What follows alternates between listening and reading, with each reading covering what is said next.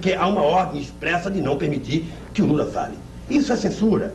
Agora, seria um cúmulo, sabe, não permitir, sabe, que num programa de televisão, num debate político, onde já passou todos os partidos políticos, não participasse o presidente do partido. Lula, deixa eu te fazer três perguntas rápidas. Em primeiro lugar, você está estudando? Não. Qual é a diferença que você acha, por exemplo, no seu discurso de 3 ou 4 anos e o de agora? Nós estamos comentando aqui que estamos achando que você está citando coisas de 1930, de 1906 e tal. Você não está estudando nada? Não. Eu acho que, olha... Você sente necessidade de estudar? Primeiro, eu sou muito preguiçoso. Sim. Até para ler eu sou preguiçoso. Tá? Eu não gosto de ler, eu tenho preguiça de ler. Pelo ato, isso é questão de hábito. Quer dizer, tem companheiro que passa um dia lendo um livro. Eu não consigo...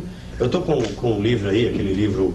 1964, a conquista do Estado aí, eu faz 3 meses que eu estou com ele, acho que estou na página 300, consigo ler 3, 4 páginas. Mas o livro é duro. Agora veja, eu não estou estudando. Quando eu entrei no sindicato, eu pensei em estudar no sindicato. Como muitos dirigentes sindicais, alguns entram e saem advogado. Eu não consegui estudar porque o período que o trabalhador vai no sindicato é o período que eu poderia estar estudando. O período à noite é quando o trabalhador sai da fábrica às 6 horas do sindicato. Então eu não pude sequer fazer um colegial dentro do sindicato, porque a minha concepção de dirigentes sindicais era de estar até às 8, 9 horas atendendo o trabalhador dentro do sindicato e não podia estar. Agora veja, eu aprendo muito, conversando com as pessoas. Sim. Quer dizer, eu leio jornal, eu converso com as pessoas, eu procuro extrair os máximos, sabe? Eu às vezes chego até a insinuar para o companheiro o seguinte: você leu o jornal de hoje? Li. Então me conta o que está para mim não ler. Sabe? Agora, essa sua resposta me levaria então a outra segunda perguntinha, que é o seguinte. Nesses contatos que você tem tido com líderes empresariais e toda essa sua luta, o que você acha mais difícil? É enfrentar a legislação retrógrada sindical brasileira ou conscientizar o próprio operariado, seus próprios companheiros, da necessidade de fortalecer os seus sindicatos? Você acha que o momento sindical do Brasil é o mais forte que já existiu em sua história? Não. Não é o mais forte. Eu acho que antes de 64 nós tivemos um período mais forte do que nós temos hoje. Com o PTB mesmo. Hoje nós temos uma organização de base um pouco mais consolidada. Até pela experiência do passado, até pela experiência desses anos todos, que serviu para alguma coisa para nós. Acontece que o Estado, a partir de 1964, e principalmente a partir de 1968, criou vários instrumentos que vieram a fortalecer ainda mais a estrutura já fortalecida. Veja que quando nós fizemos a greve de 78, quando todos nós esperávamos, por parte do governo, ter modificado a lei de greve, a lei 4.330, que proíbe a classe trabalhadora fazer greve, o que aconteceu? Nós ganhamos de presente o decreto 1632, que é uma lei de greve em cima da própria lei de greve. Quer dizer, que vem criar categorias essenciais, colocando a classe trabalhadora no ridículo. Porque o governo, por exemplo, coloca os trabalhadores de posto de gasolina como categoria essencial. Como é que um governo pode colocar uma categoria de trabalhadores em categoria essencial, proibindo-a de fazer greve, se não lhe dá um salário decente? Como é que um trabalhador que ganha 8 mil cruzeiros por mês, 9 mil cruzeiros por mês, está proibido de fazer greve?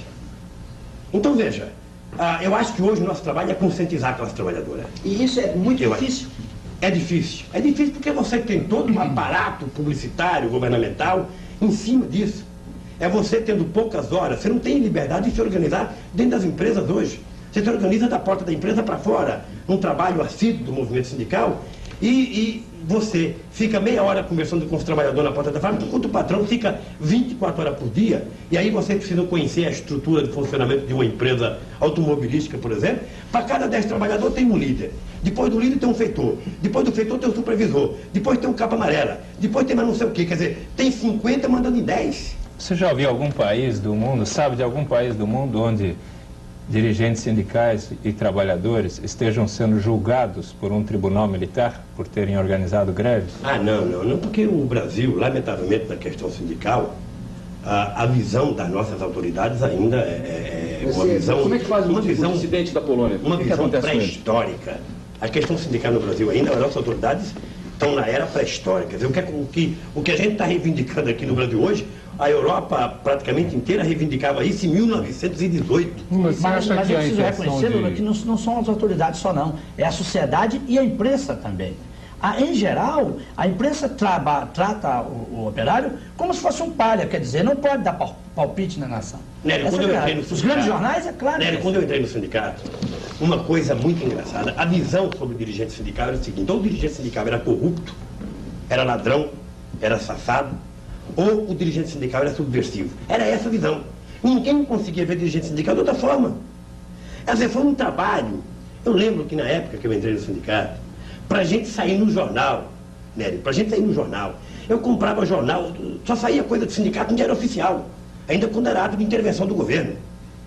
Quer dizer, foi um trabalho longo, foi um trabalho, sabe, de tentar ganhar a credibilidade, a confiança junto a setores influentes de classe média, setores empresariais. E você só ganha isso quando sendo correto. Você só ganha isso quando você se posiciona de tal maneira que você não dê motivos para ninguém te colocar como um corrupto, como um subversivo qualquer. Ô, Lula, sabe? Do ponto de vista deles. Porque fazer uma greve como nós fizemos é ser considerado subversivo nesse país. E não existe trabalhador radical. É preciso, sabe, quando a gente vê um trabalhador fazer um discurso, sabe, às vezes agressivo, é preciso a gente, ao invés de dizer que ele é radical, ir na casa do companheiro para ver o que está se passando na casa dele. Sabe, é preciso a gente ver um chefe de família que às vezes faz 3 dias que não consegue comprar 1 litro de leite para o seu filho, fazer um discurso que vai roubar um supermercado e achar que ele é radical. Radical é a fome. Sabe, radical, na verdade, é o estômago do trabalhador. E você vai ver um discurso de trabalhador hoje, dentro de um sindicato, ele é muito mais extremista do que de grupos de esquerda aí, do que cara, sabe, do que os marxistas, do que os trotskistas, do que o tantoísta que existe por aí. O discurso do peão de fábrica que está passando fome é muito mais radical. E é pela necessidade de sobrevivência. Então nós não podemos dizer que existe trabalhador radical, não. Sabe, o radicalismo do trabalhador é o estômago dele, ele quer sobreviver, ele quer comer, ele quer morar, ele quer estudar, ele quer ganhar um salário decente. Se qualquer um de nós ganhasse 8.000 cruzeiros por mês, chegasse em casa para pagar aluguel, chegasse em casa para comer, sabe? Qualquer um de nós seria radical, quem sabe muito mais radical do que um simples trabalhador que não salário. Ô Lula, vou te contar uma coisa. Anteontem se encerrou em Volta Redonda aqui o Congresso Nacional dos Aposentados. Eu fui lá e lhe confesso que eu nunca vi uma linguagem tão violenta e tão radical quanto aqueles velhinhos, inclusive um de 88 anos.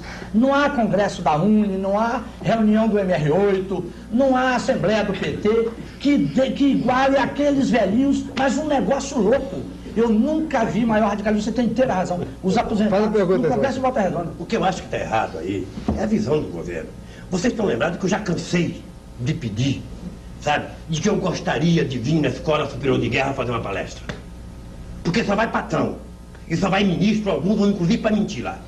Se você pegar alguns depoimentos, eu tenho alguns em casa, de alguns ministros que vieram aí dizer a situação da classe trabalhadora, estão mentindo. Então é preciso que as Forças Armadas não fiquem acreditando apenas no que os ministros falam, no que os patrões falam. É preciso ir na favela do Rio de Janeiro saber o que está acontecendo. É preciso ir dentro de uma fábrica saber que forma que o trabalhador é tratado. Quando a gente diz de que não mudou a situação da classe trabalhadora com relação à escravidão, a gente não está radicalizando, não.